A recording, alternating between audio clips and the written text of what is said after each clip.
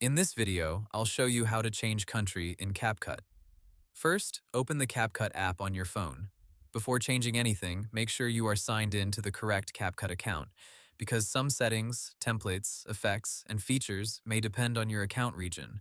Start by tapping your profile icon from the CapCut home screen.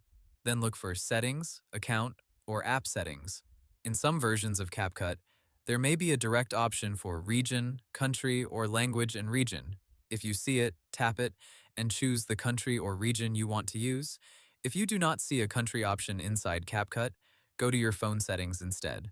On iPhone, open Settings, tap General, then tap Language and Region. From there, you can change your region. On Android, open Settings, search for Language and Region, Region, or System Languages, and update the region if your device allows it. After changing your device region, close CapCut completely and reopen it. Check whether the content, templates, or app options have updated. If you downloaded CapCut from the App Store or Google Play Store, your store country may also affect what version or features you can access. On iPhone, this is managed through your Apple ID country settings. On Android, it is managed through your Google Play country settings.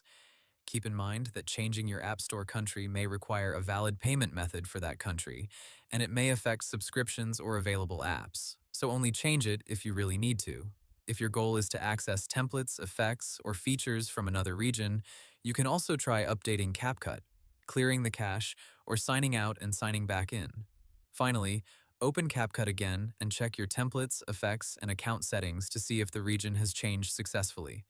Hope the tutorial was helpful, subscribe to my channel, and see you in the next video.